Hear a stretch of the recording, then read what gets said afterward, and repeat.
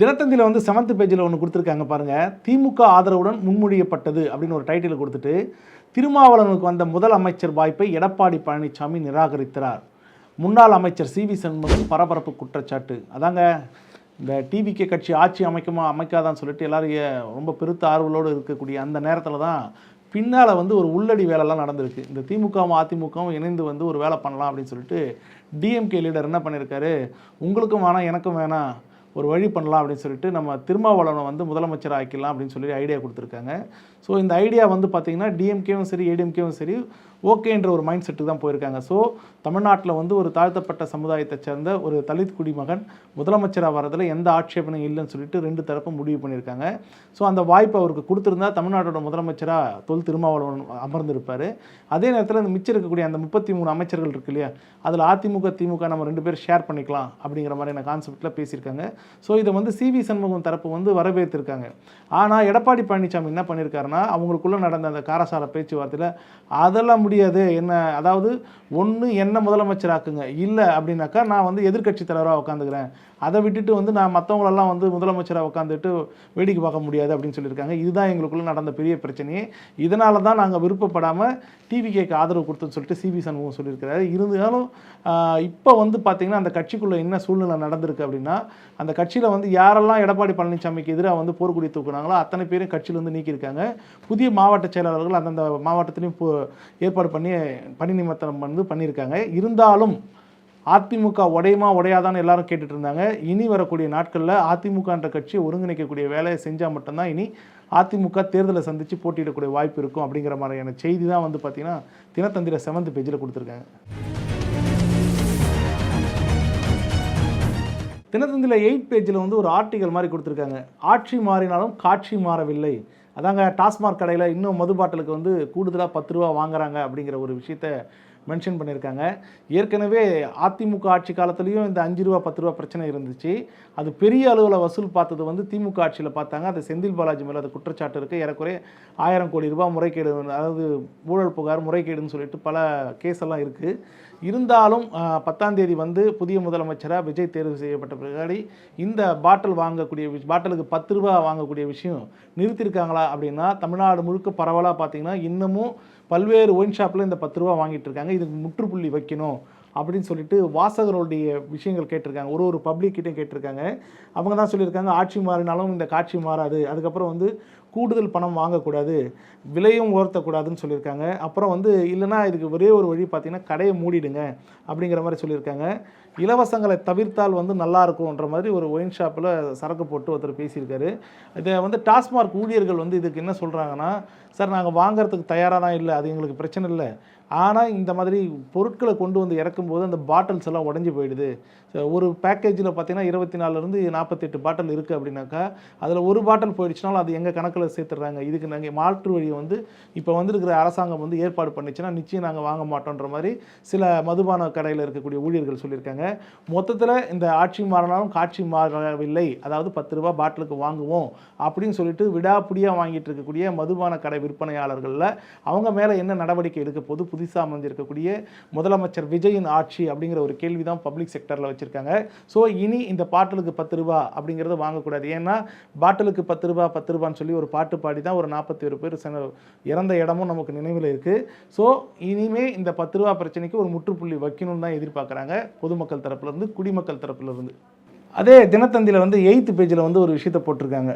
குழந்தை பெற்றுக்கொள்ள மனைவி விருப்பம், கைதிக்கு பரோல் கோரிய மனுவை தள்ளுபடி செய்தது ஐகோர்ட் உத்தரவு, பிறக்கும் குழந்தை வாழ்நாள் முழுவதும் கலங்கத்தை சுமக்க நேரிடும் அப்படின்னு சொல்லி கருத்து சொல்லியிருக்காங்க. அதாவது மதுரை ஹைகோர்ட் இருக்குங்களா, ஹைகோர்ட் அதாவது சென்னை உயர்நீதிமன்ற கிளை நீதிமன்றம் தான் அது. அதில் வந்து ஒரு பெண் வந்து வழக்கு போட்டிருக்காங்க. என்னன்னாக்கா சிவகங்கை மாவட்டத்தை சேர்ந்தவங்க இந்த லேடி, இவங்க வந்து என்னோட கணவர் வந்து ஆயுள் தண்டனை கைதியாக 2022லேருந்து ஜெயிலில் இருக்காங்க, அவர் மூலமாக நான் ஒரு குழந்தையை பெற்றுக்கணும், அதுக்கு நீங்கள் வந்து பரோல் கொடுக்கணும், அதாவது சாதாரண விடுப்பு கொடுக்கணும், அதுக்கு உண்டான ஏற்பாடை வந்து நீதிமன்றம் பண்ணி கொடுக்கணும் அப்படின்னு சொல்லியிருக்காங்க. அதுக்கு முன்னாலே அவங்க என்ன பண்ணியிருக்காங்கன்னா, சாதாரண விடுப்பு கேட்டு ஏற்கனவே அந்த சிறைத்துறை நிர்வாகத்துக்கிட்ட மனு போட்டிருக்காங்க. அதை வந்து சிறைத்துறை நிர்வாகம் வந்து நிராகரிச்சிருக்காங்க. இந்த ஹைகோர்ட்டில் இந்த கேஸ் வரும்போது பார்த்திங்கன்னா சிறைத்துறை நிர்வாகத்திலேருந்து ஏன் நீங்கள் ரிஜெக்ட் பண்ணீங்க அப்படின்னு சொல்லி கேட்டிருக்காங்க. இவங்க வந்து என்ன சொல்லியிருக்காங்கன்னா, சிறைத்துறை நிர்வாகம் இவங்களை வெளியே விட்ட அந்த நபர், அந்த ஆயுள் தண்டனை பெற்ற அந்த நபரை வெளியே விட்டோம்னா சட்டம் ஒழுங்கு பிரச்சனை வரும், ஸோ அதனால தான் வந்து அவருக்கு உயிருக்கே ஆபத்து வரும், அதனால் நாங்கள் அனுப்பலை அப்படின்னு சொல்லியிருக்காங்க. இதுக்கு வந்து அந்த பெண் தரப்பில் வாதாட வந்த வக்கீல் என்ன சொல்லியிருக்காருனாக்கா, சார் அதாவது மனுதாரருடைய விருப்பம்னு ஒன்று இருக்குது, அந்த விருப்பத்தை நிறைவேற்ற வேண்டிய கடமை நீதிமன்றத்திற்கு இருக்குது அப்படிங்கிற மாதிரி சொல்லியிருக்காங்க. ஆனால் நீதிமன்றம் கடைசியாக இந்த புகாரெல்லாம் விசாரித்து, இந்த மனுவெல்லாம் விசாரித்து கடைசியாக ஒரு ஃபைனலாக ஒரு டிசிஷன் எடுத்திருக்காங்க. என்ன சொல்லியிருக்காங்கன்னா, மனுதாரர் விருப்பப்படலாம், தப்பு கிடையாது. அதாவது ஆயுள் தண்டனை பெற்ற அந்த குற்றவாளியும் அதில் விருப்பப்படலாம், தப்பு கிடையாது. ரெண்டு பேரையும் மூலமாக ஒரு குழந்தை பிறக்கும்போது இந்த குழந்தை அந்த சமுதாயத்தில் என்ன மாதிரியான கலங்கத்துடன் ஒரு பெயரை வச்சுக்கிட்டு உலா வரும், அது வந்து நீதிமன்றம் அனுமதிக்காது. ஒருத்தர் தவறு பண்ணியிருந்தார், இன்னொருத்தர் வெளியில் இருக்கவங்க கரெக்டாக இருக்காங்க, இருந்தாலும் அதன் மூலமாக வரக்கூடிய குழந்தை வந்து எந்த தப்புமே செய்யாத ஒரு குழந்தைக்கு வந்து கலங்கத்தோடு அந்த குழந்தை வந்து வளர்ந்து சமுதாயத்தில் நடமாட முடியாது அப்படிங்கிற விஷயத்தை சொல்லியிருக்காங்க. ஸோ அதுக்கப்புறம் வந்து வாழ்நாள் முழுக்க வந்து அந்த குழந்தைக்கு வந்து கலங்கத்தை ஏற்படுத்த விஷயத்தை நீதிமன்றம் ஒருபோதும் முன்னிறுத்தி செய்யாது அப்படின்னு இருக்காங்க. ஏற்கனவே வந்து இந்த ஆயுள் தண்டனை கைதி வந்து பார்த்திங்கன்னா 3 கொலை வழக்கில் சம்மந்தப்பட்டிருக்கிறத நீதிமன்றம் சுட்டி காட்டி இந்த மனுவை வந்து தள்ளுபடி பண்ணியிருக்காங்க. தினத்தந்தியில் வந்து 11th பேஜில் வந்து ஒரு செய்தி கொடுத்துருக்காங்க பாருங்கள். 21 வயதுக்கு கீழ் உள்ளவர்களுக்கு மதுபானம் விற்பனை செய்தால் துறை ரீதியான நடவடிக்கை, கடை பணியாளர்களுக்கு டாஸ்மார்க் எச்சரிக்கைன்னு சொல்லியிருக்காங்க. ஏற்கனவே இந்த சட்டம் வந்து பார்த்திங்கன்னா அமலில் தான் இருக்குது. ஆனால் கடந்த கால ஆட்சிகளில் வந்து பார்த்திங்கன்னா இந்த வயசு வித்தியாசம் பார்க்காம வந்து மதுபான கடையில் வந்து சரக்கு விற்பனை செய்யப்பட்டது வந்து அம்பலமாக இருக்குது அப்படின்னு தான் சொல்லணும். என்ன காரணம் அப்படின்னா, கடந்த கால ஆட்சி காலத்தில் வந்து பார்த்திங்கன்னா ஸ்கூல் படிக்கக்கூடிய மாணவர்கள் மாணவிகள் இந்த மது அருந்தக்கூடிய காட்சிகள் எல்லாம் சோஷியல் மீடியாவில் வந்து பெரிய பூதாகரமாக வந்து வெடிச்சுது. ஸோ கலாச்சாரம் வந்து 18 வயசுக்கு கீழே இருக்கக்கூடிய பிள்ளைகளே வந்து மதுக்கு குடிக்கக்கூடிய சூழ்நிலை ஏற்பட்டது அப்படிங்கிற ஒரு விஷயத்தை தான் பார்க்க முடியும். புதுசாக பொறுப்பேற்றிருக்கக்கூடிய ஆட்சியாளர் முதலமைச்சர் விஜய் வந்து ஒரு உத்தரவு போட்டிருந்தார். இந்த பள்ளி, கல்லூரி, கோவில், பொதுமக்கள் கூடக்கூடிய இந்த இடங்களில் இருக்கக்கூடிய 717 மதுபான கடைகளை மூடப்படணும்னு சொல்லியிருந்தாங்க. அதில் ஒரு அங்கமாக தான் வந்து இன்னொரு உத்தரவு வந்து டாஸ்மார்க் மேலாளர் மூலமாக வந்து சுற்றறிக்கையை எல்லா கடைகளுக்கும் போயிருக்கு. என்னன்னாக்கா, ஏற்கனவே சட்டம்னு ஒன்று இருக்குது, அது அமுலில் இருக்குது, இருந்தாலும் இது வரைக்கும் நீங்கள் கடைப்பிடிக்கல, இதுக்கு மேலே நீங்கள் என்ன பண்ணுறீங்கன்னா பிலோ 21 இயர்ஸில் இருக்கக்கூடிய பசங்களுக்கு இந்த மதுபானத்தை விற்பனை செய்யக்கூடாது அப்படின்னு சொல்லியிருக்காங்க. அதையும் தாண்டி நீங்கள் ஏதாவது விற்பனை செஞ்சு அந்த பசங்க அதை சாப்பிட்டு எங்கேயாவது வீடியோவோ ஏதோ ஒன்று கிடைச்சது அப்படின்னா அது எந்த கடையில் விற்கப்பட்டதுன்றது வரைக்கும் தேடி கண்டுபிடிச்சி அந்த கடை பணியாளர்கள் மேலே நாங்கள் நடவடிக்கை எடுப்போம், துறை ரீதியான நடவடிக்கை எடுக்கும், சஸ்பெண்ட் வரைக்கும் போகுன்ற மாதிரியான ஒரு சுற்றறிக்கை கொடுத்துருக்காங்க. ஸோ ஆட்சி மாறி இருக்குது, இது காட்சி மாறுமா அப்படிங்கிறது பொறுத்து தான் பார்க்கணும். இந்த செய்தி வந்து தினத்தந்தியில் 11வது பேஜில் கொடுத்துருக்காங்க. தினமணியில் ஃபஸ்ட் பேஜில் நிறைய செய்தி கொடுத்துருந்தாலும் கீழே ஒரு செய்தி கொடுத்துருக்காங்க, அது ரொம்ப இம்பார்ட்டண்ட். ஏற்கனவே நரேந்திர மோடி சொல்லியிருந்தார், 1 வருஷத்துக்கு தங்கத்தை நீங்கள் வாங்குறதை குறைச்சிக்குங்க, ஆடம்பரமாக வந்து தங்கத்தை வாங்கி பயன்படுத்தி கல்யாணம் எல்லாம் எதுவும் பண்ணாதீங்கன்னு சொல்லியிருந்தாங்க. அதுக்கு அதிரடியான ஒரு உத்தரவு வந்து போட்டிருக்காங்க. என்னன்னாக்கா, வெளிநாடுகளிலிருந்து இறக்குமதி செய்யக்கூடிய அந்த தங்கத்திற்கு இறக்குமதி வரி 15% உயர்த்தப்பட்டிருக்குன்னு சொல்லியிருக்காங்க. ஸோ இந்த வரி உயர்த்தப்பட்டதன் மூலம் வந்து பார்த்திங்கன்னா ஏற்கனவே இமயமலையே தொட்டு போகக்கூடிய அளவுக்கு வந்து தங்கத்தோடைய விலை வந்து உயர்ந்துட்டுருக்கு. இதில் ஒரு படியாக வந்து 15% டேக்ஸ் போட்டாங்கன்னா, இப்போ 1 லட்ச ரூபாய்க்கு நகை வாங்குறோன்னா இப்போ கூடுதலாக 15,000 ரூபாய் கட்ட வேண்டிய சூழ்நிலைக்கு பொதுமக்கள் தள்ளப்பட்டிருக்காங்க. இது எதை குறிக்குது அப்படின்னாக்கா, இந்த அந்நிய செலாவணி கையிருப்பை வந்து இந்தியா வந்து கரைஞ்சிக்கிட்டே வருது இல்லையா, அதை கட்டுப்படுத்தணுன்றதுக்காக தான் அந்த விலை உயர்த்தத்தை பண்ணியிருக்காங்க.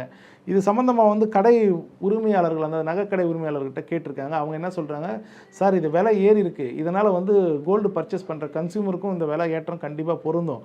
ஸோ அதில் ஒரு பங்காக தான் பார்த்தோன்னா நேற்று வந்து ஒரு சவரனுக்கு 5,000 ரூபாய் வந்து ஒரே நாளில் ஏறி இருக்குது, அதோட உச்சம் இன்னும் கொஞ்சம் அதிகமாகும் இப்போ நாட்கள் ஆக அப்படின்னு சொல்லியிருக்காங்க.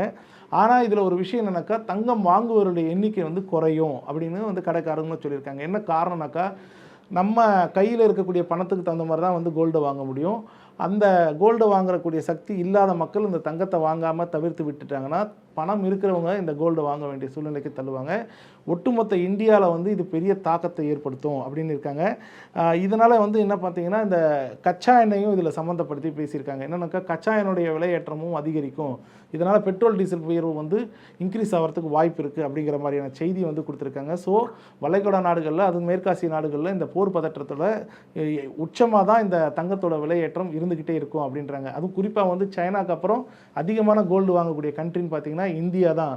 ஸோ இந்தியாவுக்கு இந்த மாதிரியான ஒரு நெருக்கடி இருக்கக்கூடாது, ஆனால் ஏற்பட்டிருக்கு, இதை தவிர்க்கப்படணுன்ற மாதிரி செய்தி தான் இதில் கொடுத்துருக்காங்க. தினமலரில் 6th பேஜில் ஒரு செய்தி கொடுத்துருக்காங்க. என்ன டைட்டில்னு பண்ணால், 3.68 கோடி மக்களால் நிராகரிக்கப்பட்ட திமுக அப்படின்னு ஒரு டைட்டில் கொடுத்துட்டு உதயநிதி புகாருக்கு முதலமைச்சர் விஜய் வந்து பதிலடி கொடுத்துருக்காரு அப்படின்னு சொல்லி போட்டிருக்காங்க. உதயநிதி ஸ்டாலின் வந்து நேற்று சட்டசபையில் சொல்லியிருந்தார், அதாவது 65% மக்கள் வந்து உங்களை நிராகரிச்சிருக்காங்க, டிவிகே வந்து மக்களால் நிராகரிக்கப்பட்ட கட்சின்னு சொல்லியிருந்தார். அதுக்கப்புறம் அவருடைய சமூக வலைத்தள பக்கத்தில் வந்து ஒரு விஷயத்தை பதிவிட்டிருந்தாங்க. அதில் என்னன்னாக்கா, எல்லாம் தெரிந்த ஏகாம்பரமான திமுகவுக்கு எப்போதும் யதார்த்தம் புரிய போவது இல்லை. தாவேகாவுக்கு 35% ஓட்டுகள் கிடைத்துள்ளன. ஆனால் எதிர்க்கட்சியான திமுக தன் கூட்டணி கட்சிகளின் ஓட்டுகளையும் பெற்றுத்தான் சில தொகுதிகளில் வென்று இருக்கு அப்படின்னு ஒரு விஷயத்தை சொல்லியிருந்தாரு. திமுகவின் ஓட்டு சதவீதம் வெறும் 24.19 தான். அதாவது தனித்து போட்டியிட்ட தாவேக்காவை விட 10% குறைவான வாக்குகளை தான் திமுக பெற்றிருக்கு அப்படின்னு சொல்லியிருக்காங்க. திமுக வந்து பார்த்திங்கன்னா இதில் டிவிகே வந்து பார்த்திங்கன்னா 3.21 கோடி மக்கள் நிராகரித்ததாக திமுக கூறுவது, அப்படி பார்த்தால் 3.68 கோடி மக்கள் நிராகரித்தது திமுக கட்சியும் தான் அப்படின்னு மென்ஷன் பண்ணியிருக்காங்க. இது எல்லாத்தையும் சொல்லிவிட்டு அவங்க என்ன சொல்கிறாருனாக்கா, அதாவது மக்களுடைய ஆட்சியை வந்து நீங்கள் வந்து புஷ்பா ஆட்சி நடக்குது, புஷ்பா பட மாநிலம்னு சொல்லியிருந்தீங்க. இந்த ஆட்சி எப்படி நடக்குது அப்படிங்கிறது உங்களுக்கு குளத்தூரில் நடந்த சம்பவத்தை வச்சே பார்த்து உங்களுக்கு தெரியலையா? அது இல்லாமல் வந்து பார்த்திங்கன்னா உங்கள் கட்சியில் இருக்கக்கூடிய 15 அமைச்சர்கள் போட்டியிட்ட தொகுதியில் தோற்றவும் உங்களுக்கு புரியலையா? அப்படிங்கிற மாதிரி சர்ற மாதிரி பட்டாசு வெடியாக வெடிச்சிருக்காரு விஜயோடைய ட்விட்டர் பகுதியில் போட்டிருக்கக்கூடிய அந்த கருத்து. ஒன்று ஸ்டாலினோட கருத்துக்கு வந்து பலமான ஒரு பதிலடி கொடுக்கக்கூடிய கருத்தாக தான் போட்டிருக்காங்க. அந்த செய்திக்கு முக்கியத்துவம் கொடுத்து தினமலரில் வந்து 3rd பேஜ், அது 6th பேஜில் போட்டிருக்காங்க. தினமலரில் 10th பேஜில் ஒரு சுவாரஸ்யமான செய்தி ஒன்று கொடுத்துருக்காங்க. 2000 ரூபாய் காசு கட்டிங்கன்னா உங்களுக்கு சிறை தண்டனை அனுபவிக்கலாம் அப்படின்னு சொல்லியிருக்காங்க. ஸோ ஜெயிலுக்கு போகணும் அப்படிங்கிற ஆசை நிறைய பேருக்கு இருக்கும். அதுக்கு குற்றம் பண்ணால் மட்டும்தான் ஜெயிலுக்கு போகணும். மற்றபடி ஜெயிலுக்கெல்லாம் போக முடியாத மக்களுக்கு ஒரு வாய்ப்புன்னு தான் சொல்ல முடியும். இது நம்ம தமிழ்நாட்டில் நடக்கலைங்க, தெலுங்கானாவில் இந்த சம்பவம் நடந்திருக்கு. ஏற்கனவே நம்ம சினிமாலெல்லாம் பார்ப்போம், ஒரு கைதியை கூட்டிகிட்டு போய் ஜெயிலில் சித்திரவதை பண்ணுறது, ஜெயிலில் அடைச்சி வைக்கிறது, அவங்க ஜெயிலில் என்னென்ன பண்ணுறாங்க அப்படிங்கிற விஷயத்தெல்லாம் காட்டியிருப்பாங்க. ஆனாலும் இந்த அனுபவம் வந்து காமன் பீப்புள்ஸுக்கு கிடைக்குமா அப்படின்னா கிடைக்காது. ஸோ அதெல்லாம் போக்குறதுக்கு தான் தெலுங்கானாவில் என்ன பண்ணியிருக்காங்கனாக்கா, இந்த ஃபீல் த ஜெயில் அப்படிங்கிற ஒரு கான்செப்டில் வந்து அந்த மாநிலத்தில் வந்து கவர்மெண்ட்டே ஸ்டார்ட் பண்ணியிருக்காங்க ப்ரைவேட் ஜெயில். இந்த ப்ரைவேட் ஜெயிலில் என்ன பண்ண முடியும் அப்படின்னாக்கா, இந்த ஜெயிலை வந்து ஒரு செட்டு மாதிரி ரெடி பண்ணியிருக்காங்க. இந்த செட்டுக்குள்ளே வந்து பார்த்திங்கன்னா அந்த காலத்தில் சிறைச்சாலையில் வந்து தலைவர்கள் அனுபவித்த துன்பங்களை காட்சிப்படுத்தக்கூடிய அருங்காட்சியகமாகவும் வச்சுருக்காங்க. அது இல்லாமல் வந்து நார்மல் ஜெயிலும் ஃபிக்ஸ் பண்ணியிருக்காங்க. அதே போல் ஆங்கிலேயர் காலத்தில் வந்து எந்த மாதிரி ஜெயில் தண்டனைலாம் அனுபவிச்சாங்களோ அதுக்குள்ள புத்தகங்களும் வச்சுருக்காங்க அந்த அருங்காட்சியகத்தில். ஸோ ஒட்டுமொத்தமாக இந்த ஜெயில் செட்டப்புக்குள்ளே அப்படின்னு பார்த்தீங்கன்னா, நீங்களும் ஜெயிலுக்குள்ளே போய் ஃபீல் பண்ணணும் அப்படின்னாக்கா பணம் கட்டி போகலாம் அப்படின்னு இருக்காங்க. 24 மணி நேரம் அந்த ஜெயிலுக்குள்ளே இருக்கணும்னு நீங்கள் ஆசைப்பட்டீங்கன்னா 2000 ரூபாய் கட்டணும். அதே நேரத்தில் உள்ளே போகும்போது உங்ககிட்ட இருக்கக்கூடிய எந்த கம்யூனிகேஷன் மெட்டீரியலும் கொண்டு போகக்கூடாதுன்னு சொல்லியிருக்காங்க. 12 ஹவர்ஸும் நீங்கள் ஸ்டே பண்ணிக்கலாம். 12 ஹவர்ஸ்க்குன்னு பார்த்தீங்கன்னா 1000 ரூபாய் கட்டணும் அப்படின்னு சொல்லி போட்டிருக்காங்க. இதில் நீங்கள் இடையில் நீங்கள் வெளியே வரணும், அதாவது 24 மணி நேரத்துக்கு பணத்தை கட்டிட்டேன், ஜெயில் ஃபீல் எப்படி இருக்குது, உள்ளே போய் ஜெயிலுக்குள்ளே இருந்துட்டு அந்த கம்பி வேலிக்கு பின்னால் இருந்துட்டு நான் வெளியே வரணும், எஸ்கேப் ஆகணும் அப்படின்னு நினச்சி நீங்கள் வெளியே வரத்துக்கு நீங்கள் கருத்து கேட்டிங்கன்னா 500 ரூபா ஃபைன் போடுவோன்னு சொல்லிட்டு அங்கே இருக்கக்கூடிய சிறைத்தீர்வு நிர்வாகம் ஏற்பாடு பண்ணியிருக்கு. ஸோ இதுதான் இப்போதைக்கு தெலுங்கானால ட்ரெண்டிங்காக போயிட்டுருக்கு. தமிழ்நாட்டில் இந்த மாதிரி சிறை தொடங்கப்பட்டால் நல்லா இருக்குன்ற மாதிரி பொதுமக்கள் தரப்புலேருந்து சொல்கிறாங்க. என்ன காரணம் அப்படின்னாக்கா, ஒரு செயலுக்குள்ளே போயிட்டோம்னா அந்த ஜெயிலுக்குள்ளே எந்த மாதிரியான தண்டனைகளை வந்து நம்ம அனுபவிக்க நேரிடும் அப்படிங்கிற விஷயத்தை நம்ம தெரிஞ்சுக்க முடியும். இன்னொன்று பார்த்தீங்கன்னா, இந்த பழி வாங்கக்கூடிய செயல்களில் தான் நிறைய பேர் குற்றம் பண்ணிவிட்டு ஜெயிலுக்கு போகிறாங்க இல்லைங்களா. அந்த பழி வாங்குறதுக்கு முன்னால் இந்த மாதிரியான ஜெயிலுக்குள்ளே போயிட்டு ஒரு 1 டே இருந்துட்டு நீங்கள் வெளியே வந்தீங்கன்னா அந்த பழி வாங்கக்கூடிய எண்ணம் போயிடும். பழி வாங்கினா ஆட்டோமேட்டிக்காக போலீஸ் பிடிக்கும், போலீஸ் பிடிச்சா ஜெயிலில் போட போகுது. ஸோ இதையெல்லாம் அவாய்ட் பண்ணணும் அப்படிங்கிற மாதிரியான நோக்கத்தோடு தான் தெலுங்கானா அரசு வந்து இந்த 2000 ரூபாய் கட்டி ஜெயிலில் தங்கக்கூடிய திட்டத்தை வந்து கொண்டு வந்திருக்காங்க. இது 10th பேஜில் தினமலரில் கொடுத்துருக்காங்க. தினகரனில் வந்து 3rd பேஜில் ஒன்று கொடுத்துருக்காங்க பாருங்கள். கோட்டை முதல் நீலாங்கரை வரை உள்ள 18 கிலோமீட்டர் தொலைவுக்கு சாலை நெடுக கடும் வெயிலில் கடுகடுக்க 800க்கும் மேற்பட்ட போலீஸ் பாதுகாப்பு அப்படின்னு சொல்லிட்டு வழக்கம் போல் தினகரன் பேப்பர் தங்களுடைய ஸ்டைலில் வந்து முதலமைச்சர் விஜயை பற்றி குத்தி பேசியிருக்காங்க. எப்படின்னாக்கா, ஏறக்குறைய கோட்டையிலேருந்து நீலாங்கரையில் இருக்கக்கூடிய அவர் வீடு வரைக்கும் 18 கிலோமீட்டருக்கு பார்த்தீங்கன்னா வழிநெடுக்க வந்து போலீஸ் பாதுகாப்பு கொடுக்குறாங்க. குறிப்பாக வந்து பார்த்திங்கன்னா இந்த வெயில் காலத்தில் ரொம்ப சோர்வடையக்கூடிய அளவில் வந்து போலீஸ் நிறுத்தி வச்சு டியூட்டி பார்க்க வைக்கிறாங்க அப்படின்னு சொல்லியிருக்காங்க. இன்னொரு விஷயம் சொல்கிறாங்க, அதாவது கலைஞர் கருணாநிதியையும் ஜெயலலிதாவும் தூக்கி சாப்பிட்டாரு, அந்த அளவுக்கு போலீஸ் போட வேண்டிய சூழ்நிலைக்கு காவல்துறைக்கு வந்து ஏற்பட்டிருக்கு அப்படின்னு சொல்லியிருக்காங்க. இந்த பிரச்சனைனால ஏற்கனவே வந்து பார்த்திங்கன்னா நார்மல் டேஸ்லேயே வந்து பார்த்திங்கன்னா நீலாங்கரையிலேருந்து கோட்டைக்கு வரதுக்கு வந்து பார்த்திங்கன்னா அதிகபட்சம் ஒரு 1 ஹவர் இல்லை 1.25 மணி நேரத்தில் வர முடியும். ஆனால் இவர் வந்து போகக்கூடிய காரணத்தினால அந்த வழியாக சாலையை பயன்படுத்தி சென்னைக்குள்ளே வரக்கூடிய மக்கள் ஏறக்குறைய 3 மணி நேரம் வந்து இப்போ காத்திருப்பு டைமாக மாறி இருக்கு அப்படின்னு சொல்லியிருக்காங்க. குறிப்பாக இந்த பணியில் ஈடுபடக்கூடிய பெண் போலீஸார்கள் வந்து ரொம்ப பாவம், அதாவது ஆயுதப்படை பெண் போலீஸார்கள் வந்து ரொம்ப பாவம்.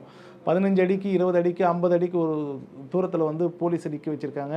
அவங்க முன்கூட்டியே வந்து வெயிலில் நிற்க வைக்கக்கூடிய காரணத்தினால அவங்களுடைய இயற்கை உபாதைகளை கூட கழிக்கிறதுக்கு முடியல.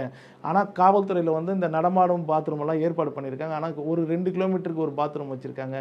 ஸோ இது அவங்க போய் யூஸ் பண்ண முடியாதுன்ற சூழ்நிலையை ஏற்படுத்துது அப்படின்னு சொல்லியிருக்காங்க. ஸோ மொத்தத்தில் போலீஸை பாதிப்புக்கு அடையக்கூடிய செய்தியை இதில் கொடுத்துருக்காங்க. குறிப்பாக அவங்க இன்னொன்று சொல்கிறாங்க, கலைஞர் கருணாநிதி முதலமைச்சராக இருந்தது பார்த்திங்கன்னா கோட்டையிலேருந்து கோபாலபுரத்தோடு முடிச்சிருவாங்க, முக்கியமான சிக்னல் பாயிண்டில் போட்டிருப்பேன்றாங்க. ஆனால் ஜெயலலிதா ராமையாவுக்கு வந்து பார்த்திங்கன்னா போயஸ் கார்டன் போட்டிருக்காங்க. அப்போ கூட இந்த அளவுக்கு வந்து டிராஃபிக் ஆனது இல்லை அப்படின்னு சொல்லி தினகரனில் போட்டிருக்காங்க. ஆனால் அந்த என்ன மாதிரி டிராஃபிக் ஆச்சு அப்படின்னு சொல்லிட்டு விவேக் ஒரு படத்தில் நடித்து காமிச்சிருப்பாரு. மேலே போகிற ஃப்ளைட்டுக்கே வந்து சலிட் அடிப்பாங்க. ஸோ அதெல்லாம் மறைச்சி இன்றைக்கி விஜய் போகிற ரூட்டில் தான் போலீஸ் அதிகமாக போட்டிருக்காங்க, இதனால் போலீஸ் பாதிக்கிறாங்க அப்படின்னு சொல்லிட்டு ஒரு ஆர்டிகல் கொடுத்துருக்காங்க. பட் பழைசை யாரும் மறக்க மாட்டாங்க, தமிழ்நாட்டு மக்கள் தெரியும். ஸோ இருந்தாலும் காவல்துறைக்கு ஒரு முக்கியத்துவம் கொடுத்து இதுக்கு ஒரு மாற்று வழி வந்து முதலமைச்சர் ஏற்படுத்தணும் அப்படிங்கிறதுக்கு முக்கியத்துவமான இந்த ஒரு செய்தியை வந்து தினகரனில் 3rd பேஜில் கொடுத்துருக்காங்க.